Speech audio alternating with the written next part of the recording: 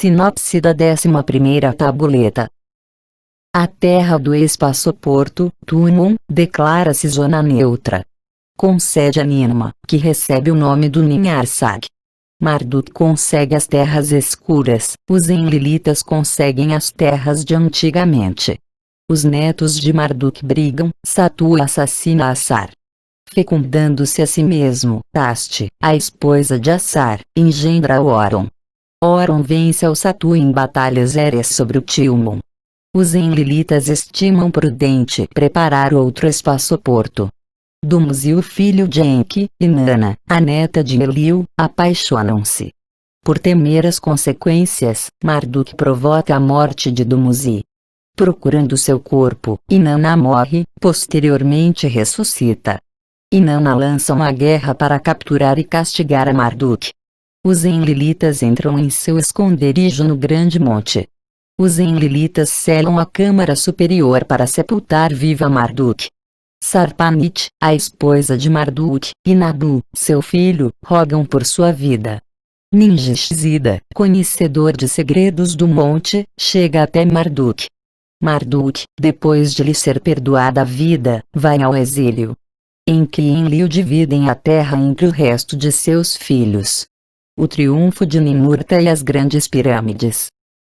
A 11ª tabuleta. Elogiam Ninhursag, a pacificadora na terra. Proclamaram em uníssono os Anunnaki. Durante o primeiro Shar depois do dilúvio, Ninhursag as engenhou para moderar os humores. Nibiru, a que terei que reabastecer de ouro, estava por cima de ambições e rivalidades.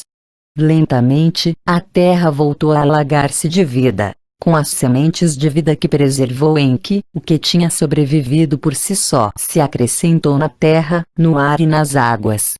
Mas o mais precioso de tudo, descobriram os Anunnaki, foram os próprios remanescentes da humanidade. Como nos dias passados, quando foram criados os trabalhadores primitivos, os Anunnaki, poucos e esgotados, clamaram de novo por trabalhadores civilizados.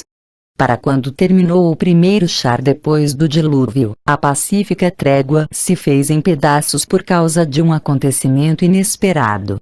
A erupção foi agora entre os clãs de Marduk e Ninurta, não entre os de Enki e Enlil. Entre os próprios filhos de Marduk, ajudados pelos Igigi, rompeu-se a tranquilidade.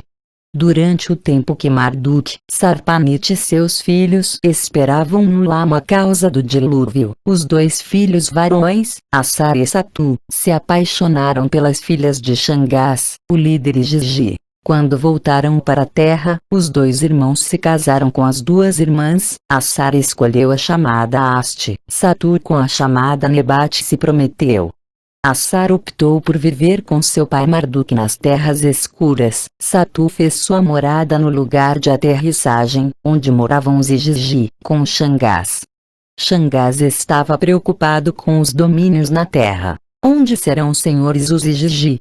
Assim incitava Shangas aos outros Igigi, do qual Nebat falava com Satu diariamente. Estando com seu pai, Assar será o único sucessor, herdará as terras férteis. Assim lhe diziam Shangas e sua filha Nebat a Satu dia após dia. Pai e filha tramavam como reter a sucessão só em mãos de Satu. Em um dia propício fizeram um banquete. A ele convidaram ao Igigi e ao Anunnaki. Assar, sem suspeitar nada, também chegou para celebrar com seu irmão. Nebat, a irmã de sua esposa, preparou as mesas, também pôs banquetas aos pés. Nebat se embelezou. Com uma lira na mão, cantou uma canção ao capitalista Assar. Satu, diante dele, elegia fatias de carne assada, com uma faca lhe servia seboncelos. Shangas, em uma grande monopolização, oferecia a Assar vinho novo, uma mescla feita por ele, em uma grande vasilha, suficientemente grande para tomá-la em consideração, polivinho elixirado. Assar estava de bom humor. Ficou de pé e cantou alegremente, acompanhando-se com címbalos na mão. Mais tarde, viu-se vencido pelo vinho misturado, caiu ao chão. Vamos levá-lo para que durma profundamente. Disseram os anfitriões aos demais no banquete. Levaram Assar a outra câmara, puseram-no em um ataúde, fecharam o ataúde com fortes presilhas, ao mar o arrojaram. Quando chegou a Asti a notícia do acontecido, elevou lamentos a Marduk, o pai de seu marido. Assar foi brutalmente arrojado às profundidades do mar para que morresse, terá que encontrar o ataúde com rapidez. Revistaram o mar em busca do ataúde de Assar, encontraram-no à beira da terra escura. Em seu interior jazia o rígido corpo de Assar, o fôlego de vida havia partido das aletas de seu nariz. Marduk rasgou suas roupagens, ficou cinza na frente. Meu filho! Meu filho! Gritava e soluçava Sarpanit, grande era seu pesar e seu duelo. Em que estava abatido e chorava, repetiu-se a maldição de Caim. Disse a seu filho em sua angústia. Asti elevou um lamento às alturas, fez petição a Marduk de um herdeiro para vingar-se. Satu deve encontrar a morte. Me deixe conceber um sucessor de sua própria semente, que seu nome se recorde por seu nome, e a linhagem sobreviva. Isso, aí, não se pode fazer. Disse Enki a Marduk e a Asti. O irmão que assassinou, o irmão do irmão deve ser custódio, por isso lhe deve perdoar a vida a Satu, de sua semente deve conceber um herdeiro para Assar. Asti ficou desconcertada por estes giros do destino. Muito turvada, tomou a determinação de desafiar as normas. Antes que o corpo de Assar fosse envolto no sudário, preservado em um santuário, de seu falo, Asti extraiu a semente de vida de Assar. Com esta, Asti concebeu um herdeiro e um vingador de Assar nasceu. A Enki a seus filhos, a Marduk a seus irmãos, Satu disse: sou o único herdeiro e sucessor de Marduk, da terra dos dois estreitos serei o senhor. Ante o conselho dos Anunnaki refutou Asti a reclamação. Estou com o herdeiro de Assar, com seu filho. Entre os juncos do rio se escondeu com o menino, para evitar a ira de Satu. Oron chamou o menino, educou-o para que for o vingador de seu pai. Satu estava desconcertado com isto. Xangás não abandonava suas ambições. De ano terrestre em ano terrestre, os Igigis se propagavam, do lugar de aterrissagem, até os limites do Tilmun, a região sagrada de Ninharsar, chegaram-se a aproximar. Os Igigis e seus terrestres Amenzadã invadindo o lugar dos carros celestiais. Nas terras escuras, o menino Oron se converteu em um herói com os rápidos ciclos vitais da terra. Oron foi adotado por seu tio-avô Gibil. Ele o treinou e o instruiu. Gibil forjou para ele umas sandálias aladas para remontar-se no ar. Era capaz de voar como um falcão. Gibil fez um arpão divino para ele. Suas flechas eram projéteis. Nas terras altas do sul, Gibil lhe ensinou as artes dos metais e da ferraria. Gibil revelou a Oron o segredo de um metal chamado ferro. Dele, fez armas. Oron, de terrestres leais, levantou um exército. Partiram para o norte, através de terra e rio, para desafiar a Satu e aos Igigi. Quando Oron e seu exército de terrestres chegaram à fronteira do Tilmun, a terra dos projéteis, Satu enviou a Oron um desafio. Só entre nós dois, é o conflito, nos encontremos na luta 1 a 1. Nos céus do Tilmun, Satu esperou em seu torvelinho combate com Oron. Quando Oron se remontou no céu como um falcão para ele, Satu lhe disparou um dardo envenenado, como o aguilhão de um escorpião caiu sobre Oron. Quando Asti viu isto, lançou um grito ao céu, invocou a Ningishzida. Ningishzida baixou desde seu navio celestial, chegou para salvar o herói para sua mãe. Com poderes mágicos, Ningishzida converteu o veneno em benévolo para o sangue. A manhã seguinte, Oron estava curado, havia voltado dentre os mortos. Depois, com um pilar ígneo, como um peixe celestial com aletas e uma cauda de fogo, Ningishzida proveu a Oron. Os olhos do pilar trocavam suas cores do azul ao vermelho e ao azul. Oron se elevou no pilar ígneo para o triunfante Satu. Perseguiram-se por toda parte. Feroz e mortal foi a batalha. Ao princípio, o pilar ígneo de Oron recebeu um impacto. Depois, Oron alcançou a Satu com seu arpão. Satu bateu contra o chão. Oron o amarrou. Quando Oron chegou ante o conselho com seu tio cativo, viram que estava cego, com os testículos esmagados. Aguentava-se em pé como um cântaro descartado. Que Satu viva cego e sem herdeiros. Assim disse Haste ao conselho. O conselho determinou sua sorte, que terminasse seus dias como um mortal, entre os Igigi. Declarou-se Oron triunfador, para herdar o trono de seu pai. Sobre uma tabuleta de metal se inscreveu a decisão do conselho, no salão de registros a puseram. Em sua morada, Marduk estava feliz com a decisão, mas estava com pena pelo que tinha acontecido. Embora Oron, um filho de Assar, seu filho era, do Shangazi Gigi era descendente, um domínio, como os atribuídos aos Anunnaki, não lhe tinha dado a ele. Depois de perder a seus 2 filhos, Marduk e Sarpanit procuravam distração em outro. Com o tempo, outro filho lhes nasceria. Chamaram-lhe Nabu, o possuidor da profecia.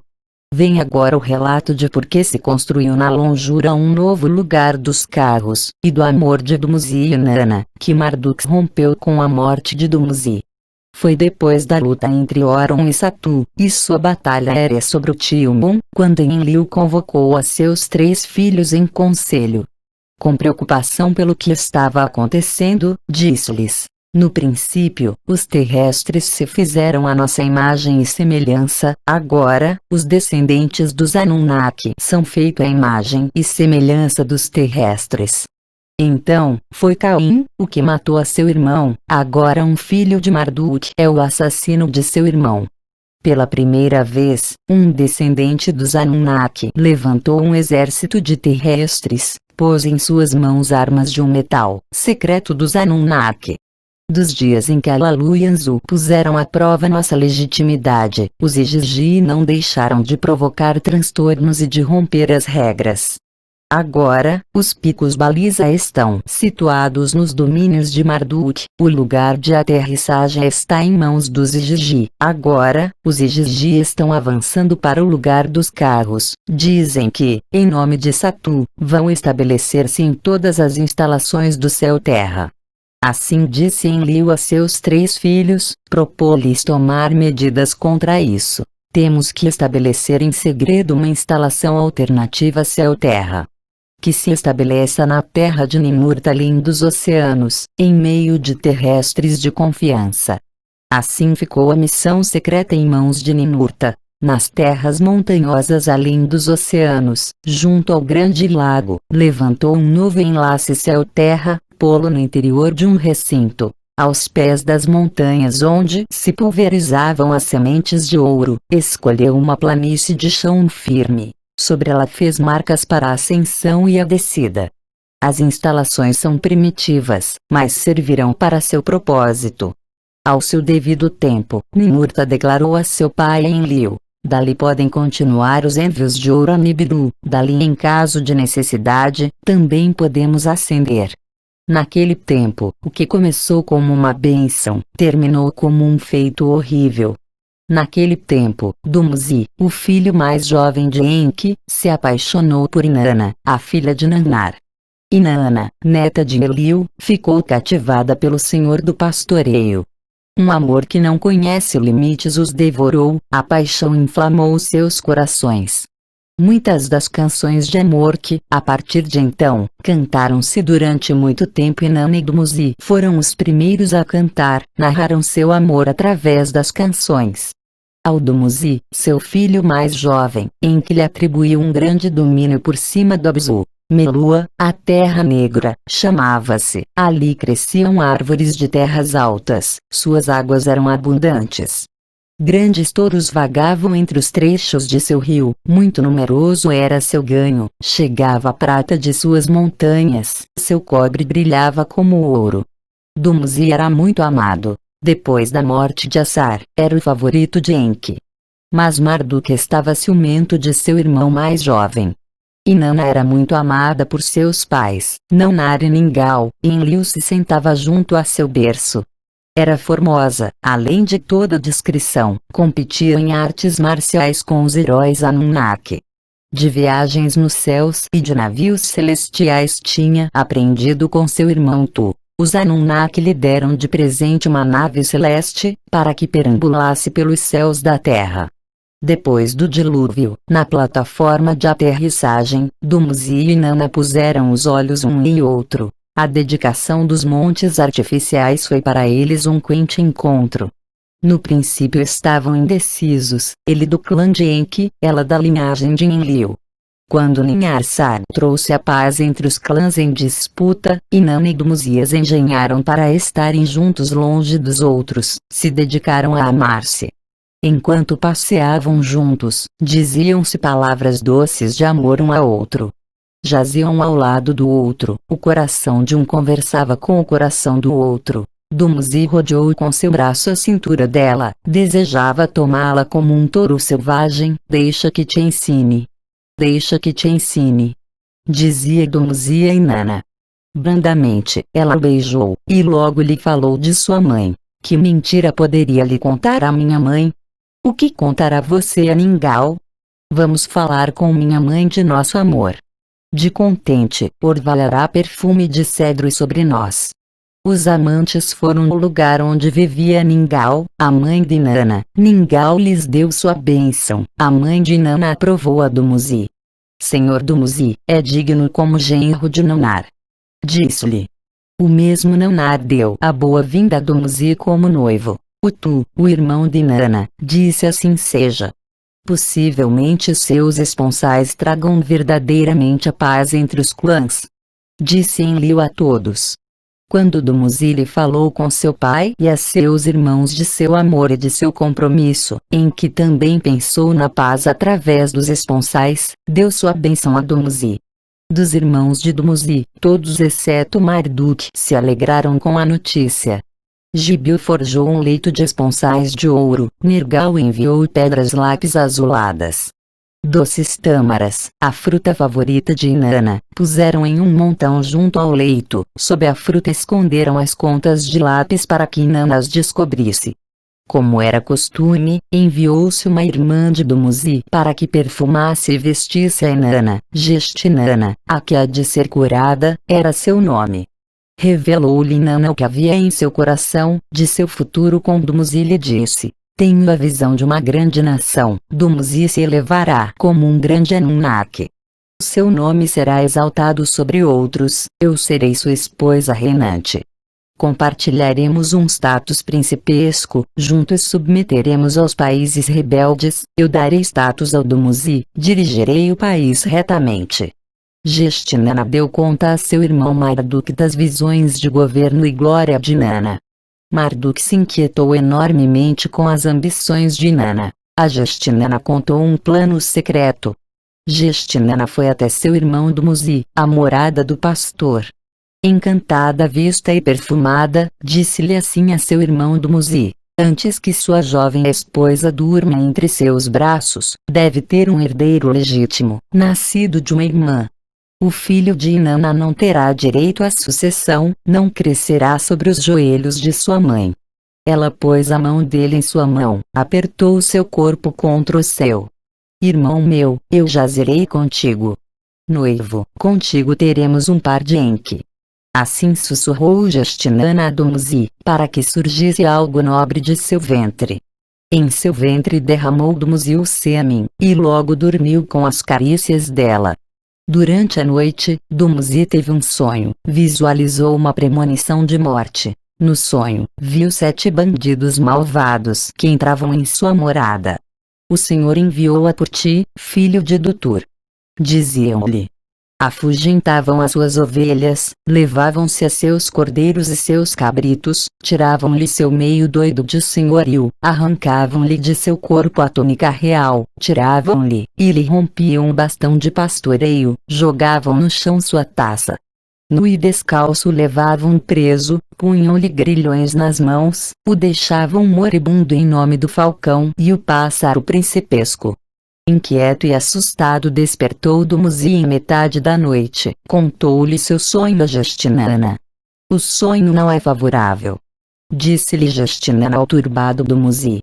Marduk te acusará de me haver violado, e enviará emissários malvados para que lhe prendam.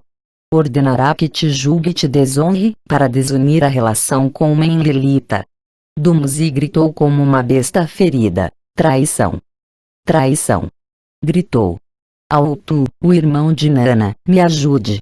Enviou palavra. Pronunciou o nome de seu pai Enki como um talismã. Dumuzi escapou através do deserto do Emush, o deserto das serpentes, correu para ocultar-se dos malfeitores até o lugar das cataratas, onde as abundantes águas fazem lisa e escorregadias rochas. Dumuzi escorregou e caiu. A avalanche de água destroçou entre a branca espuma seu corpo sem vida. Vem agora o relato da descida de Inanna até o mundo subterrâneo, sob o Abzu, e a grande guerra Anunnaki, e como Marduk foi encerrado vivo no Ekur. Quando Ninagal recuperou o corpo sem vida de Dumuzi das águas do grande lago, levou-se o corpo até a morada de Nergal-Ereshkigal no mundo subterrâneo, sob o Abzu. Sobre uma laje de pedra ficou o cadáver de Dumuzi, um filho de Enki. Quando se enviou a Enki palavra do que tinha acontecido, Enki rasgou a roupa, jogou cinzas na frente. Meu filho! Meu filho! Lamentou-se pelo Dumuzi. Qual pecado hei cometido para ser assim castigado? Perguntou em voz alta. Quando vim do Nibiru à terra, aquele cujo lar é águas, era meu nome. Com água obtinham sua força de propulsão os carros celestiais, nas águas me mergulhei. Depois, uma avalanche de água varreu a terra, nas águas se afogou meu neto Assar, pelas águas está morto agora meu amado Dumuzi. Tudo o que tenho feito, filo com propósitos justos. Por que sou castigado? Porque se tornou contra mim o fado. Assim chorava e se lamentava Enki. Quando através de Justinana se descortinou a veracidade do acontecido, a angústia de Enki se fez ainda maior. Agora, Marduk, meu primogênito, também sofrerá por sua própria ação. Inanna se preocupou e, logo, chorou pelo desaparecimento e a morte do Dumuzi. Depois, foi velozmente até o mundo subterrâneo, sob o Abzu, para enterrar o corpo de Dumuzi. Quando Ereshkigal, sua irmã, soube da chegada de Inanna às portas do recinto, Ereshkigal suspeitou de um retorcido plano por parte de Inanna. Em cada uma das 7 portas, a Inanna se tirou um dos equipamentos e das armas que levava. Depois, no em defesa ante o trono de Ereshkigal, foi acusada de intrigar para ter um herdeiro de Nergal, irmão de Dumuzi. Tremendo de fúria, Ereshkigal não quis escutar as explicações de sua irmã. Solte contra ela as 60 enfermidades. Ordenou-lhe furiosa a seu vizir, Nantar. Com o desaparecimento de Inanna no mundo subterrâneo, sob o Abzu se preocuparam enormemente seus pais. Nannar foi com o assunto a Enlil. Enlil mandou uma mensagem a Enki. Enki soube o que tinha acontecido por Nergal, seu filho, marido de Ereshkigal. Com argila do Abzu Enki forjou 2 emissários, seres sem sangue, imunes aos raios da morte, enviou-os ao mundo subterrâneo sob o Abzu para trazer de volta a Inanna, viva ou morta. Quando chegaram ante a Ereshkigal, Ereshkigal ficou confundida com seu aspecto. São Anunnaki? São terrestres? Perguntou-lhes desconcertada. Nantar dirigiu contra eles as armas mágicas de poder, mas saíram ilesos os 2. Tomaram o corpo sem vida de Inanna, estava dependurado de uma estaca. Os emissários de argila dirigiram sobre o cadáver um pulsador e um emissor. Depois orvalharam sobre ela a água da vida, puseram em sua boca a planta da vida. Depois, Inanna se moveu, abriu os olhos. Inanna se levantou dentre os mortos. Quando os 2 emissários estavam preparados para levar a Inanna ao mundo superior, Inanna lhes ordenou que tomassem também o corpo sem vida de Dumuzi. Nas 7 portas do mundo subterrâneo sob o Abzu se devolveram a Inanna seu equipamento e atributos. A morada de Dumuzi, na Terra Negra, ordenou aos emissários que levassem o amante de sua juventude, para lavá-lo com água pura, para ungí-lo com doce azeite, para envolvê-lo depois em um sudário vermelho, e pô-lo sobre uma laje de lápis. Logo, lavrou para ele um lugar de descanso nas rochas, para esperar ali o dia do surgimento. Quanto a ela mesma, Inanna se dirigiu para a morada de Enki, queria a retribuição pela morte de seu amado, exigia a morte de Marduk, o culpado.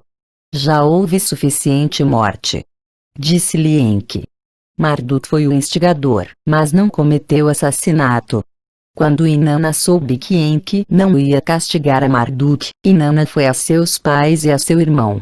Elevou seus lamentos ao alto céu. Justiça. Vingança.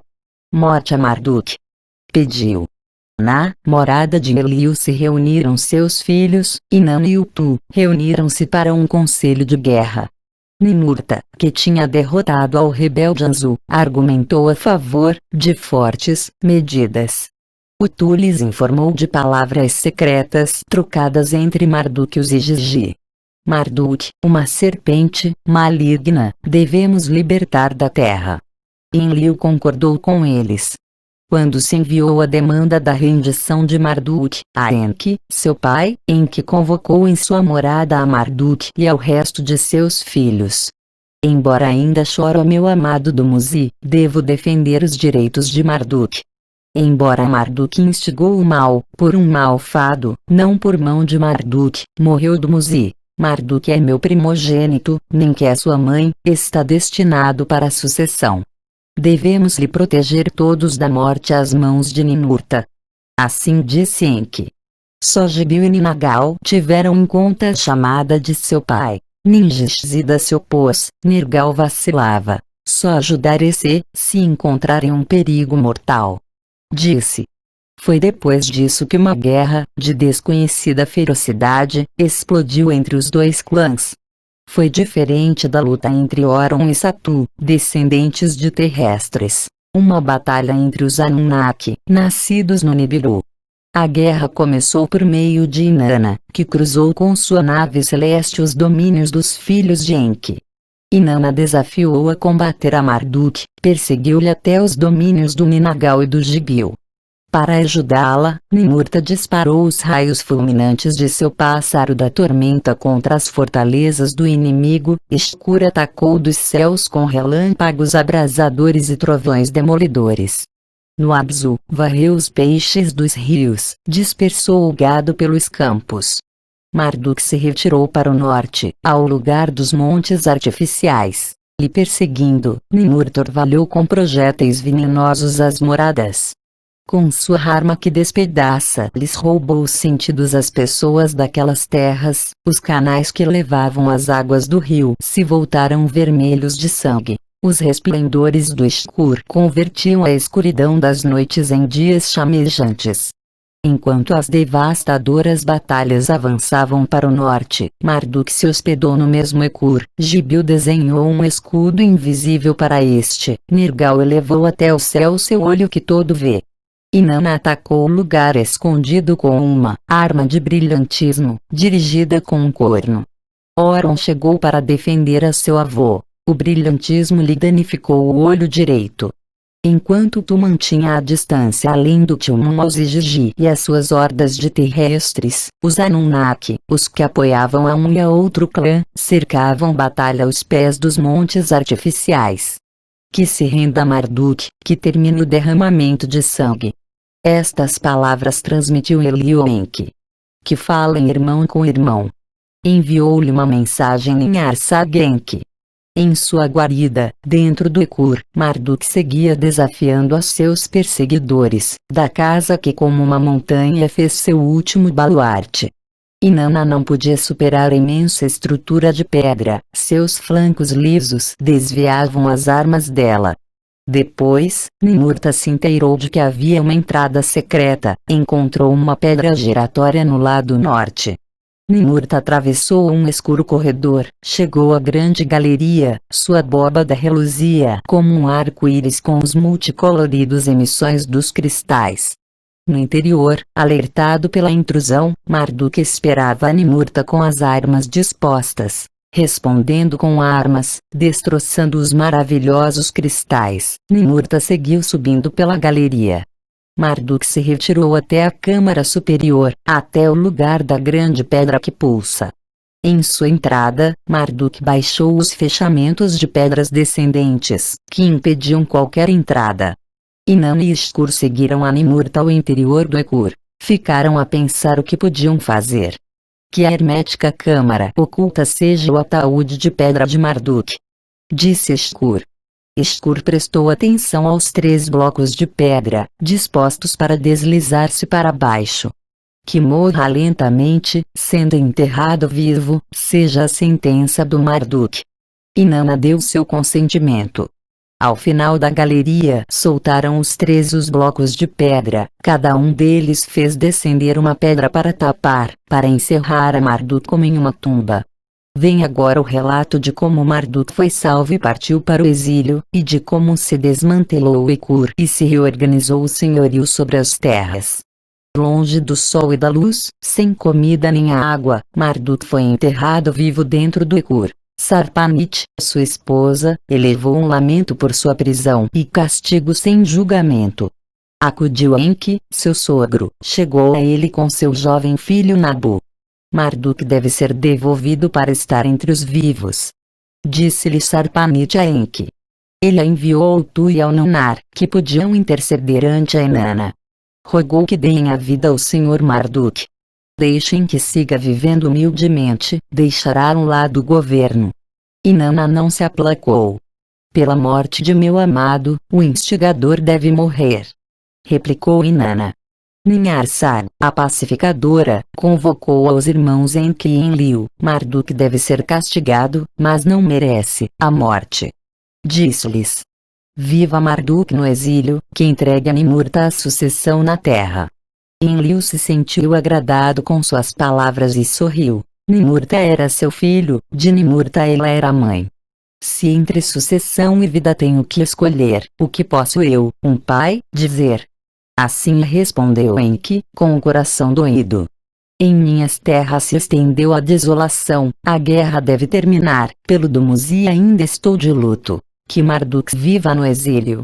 Se a paz deve voltar e Marduk viver, temos que chegar a acordos vinculantes. Disse Enlil a Enki. Todas as instalações que enlaçam céu e terra se devem confiar só a minhas mãos, o senhorio sobre a terra dos 2 estreitos deve dar-lhe a outro de seus filhos. Os Igigi que seguem a Marduk devem renunciar ao lugar de aterrissagem e abandoná-lo, na terra sem retorno, não habitada por nenhum descendente dos Yasudra, deve exilar-se Marduk. Assim se declarou Enlil, energicamente, pretendendo ser o principal entre os irmãos. Enki reconheceu em seu coração a mão do fado. Assim seja. Disse inclinando a cabeça. Só Ninjishzida conhece as vísceras do Ekur. Que ele seja o senhor de suas terras. Depois de que se anunciassem as decisões dos grandes Anunnaki, se chamou a Ninjishzida para o resgate. Seu desafio era como tirar Marduk das vísceras seladas pelos blocos. Para liberar ao que vivo está enterrado, deram-lhe uma tarefa inconcebível. Ninjishzida contemplou os planos secretos do Ekur, planejou como evitar os bloqueios. Marduk será resgatado através de uma abertura superior cinzelada. Eles disse aos líderes. No lugar que eu lhes mostre, esculpirão uma entrada nas pedras, de ali, um sinuoso passadiço lhes levará para cima, criando um conduto de resgate. Atravessando vãos ocultos prosseguirão até o centro do Ekur, no vórtice dos vãos, através das pedras se abrirão passo. Abrirão uma entrada até o interior, evitando assim os bloqueios. Continuarão por cima da grande galeria, levantarão os 3 blocos de pedra, e chegarão à câmara superior, a prisão mortal de Marduk. Mais tarde, os Anunnaki, dirigidos por Ninjishzida, seguiram o plano esboçado, com ferramentas que racham as pedras fizeram a abertura, criaram o conduto de resgate, chegaram ao interior do monte artificial, abriram uma saída. Evitando os 3 blocos de pedra, chegaram à câmara superior. Sobre uma pequena plataforma, levantaram os restelos. Resgataram a Marduk desacordado. Com cuidado baixaram ao senhor pelo sinuoso conduto, levaram-lhe até o ar fresco. No exterior, Sarpanit e Nabu esperavam ao marido e pai. Foi uma alegre reunião. Quanto a Marduk, seu pai, Enki transmitiu os términos da liberação, Marduk se enfureceu. Tivesse preferido morrer que renunciar a meu direito de nascimento. Gritou. Sarpanit confiou em seus braços a Nabu. Nós somos parte de seu futuro. Disse-lhe ela brandamente. Marduk se enfureceu, Marduk se humilhou. Rendo-me ante o fado. Disse inaudivelmente. Com Sarpanit com Nabu partiu para uma terra sem retorno, com mulher e filho, foi a uma terra onde se caçam bestas com chifres. Depois da partida de Marduk, Ninurta voltou a entrar no Ekur através do conduto, através de um corredor horizontal foi até a vulva do Ekur. Em sua parede oriental, em um nicho artisticamente lavrada, a pedra do destino emitia uma radiação vermelha.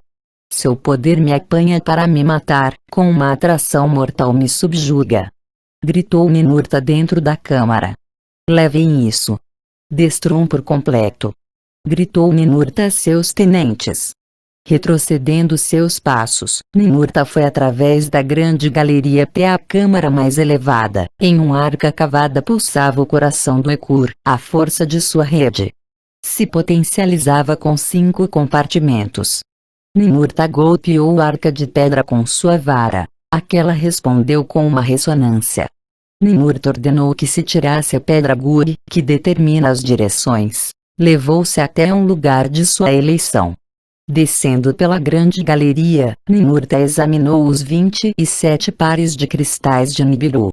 Muitos deles tinham sido machucados em seu combate com Marduk. Alguns tinham sobrevivido intactos à luta. Ninurta ordenou que se tirassem os que estavam inteiros de seus ranhuras, os outros os pulverizou com seu raio. Fora da casa que como uma montanha Ninurta se remontou no céu com seu pássaro negro, prestou atenção à pedra ápice, representava a personificação de seu inimigo. Com suas armas a soltou, até o chão se derrubou, feito em pedaços. Com isto, termina para sempre o temor a Marduk. Declarou Ninurta vitorioso. No campo de batalha, os Anunnaki reunidos anunciaram seus louvores a Ninurta, como Anu parece. Gritaram a seu herói líder. Para substituir incapacitada baliza, se escolheu um monte próximo ao lugar dos carros celestiais, em suas vísceras se colocou os cristais resgatados. Em seu topo se instalou a pedra Guri, a pedra de direção. Ao monte lhe chamou Monte Machu, monte do barco celestial supremo. Por então, Enlil convocou a seus 3 filhos. Ninlil e Ninharsag também assistiram.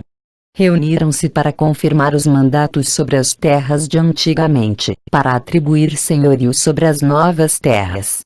A Ninurta, que tinha vencido ao Anzu e ao Marduk, se o concederam os poderes de Enlil, para substituir a seu pai em todas as terras.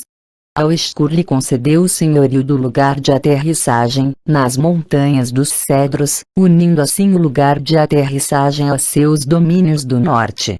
As terras ao sul e ao oeste dali, onde se haviam estendido os Igigi e seus descendentes, deram ao Nunar como dote imperecível, para que as custodiassem e conservassem seus descendentes e seguidores.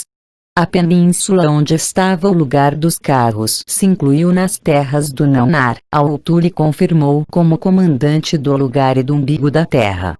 Na terra dos 2 estreitos, como se lembrou, em que atribuiu o senhorio a Ningishzida. Nenhum dos outros filhos de Enki pôs objeções a isto, mas Inanna se opôs a isso. Inanna reivindicou a herança do Dumuzi, seu noivo falecido, em que a Enlil exigia um domínio para ela sozinha. Os líderes contemplaram como satisfazer as demandas de Inanna, pediram conselho sobre as terras e os povos aos grandes Anunnaki que decretam os fados, intercambiaram palavras com Anu em relação à terra e a seus assentamentos. Tinham passado quase 2 dos tempos do dilúvio, a grande calamidade. Os terrestres tinham proliferado, das terras montanhosas voltavam para as terras baixas. Eram descendentes da humanidade civilizada através de Ziusudra, estavam misturados com a semente dos Anunnaki. Os descendentes dos Igigi que se mesclaram com humanas também estavam por aí, nas terras distantes. Sobreviviam os parentes de Caim. Poucos e nobres eram os Anunnaki que tinham chegado do Nibiru, poucos eram seus descendentes, perfeitos. Os grandes Anunnaki consideraram como estabelecer assentamentos para eles mesmos e para os terrestres, como manter sua nobreza sobre a humanidade, como fazer que os muitos obedecessem e servissem aos poucos. Os líderes intercambiaram palavras com Anu a respeito de tudo isto, sobre o futuro. Anu decidiu ir à Terra uma vez mais. Com Antu, sua esposa, desejava vir.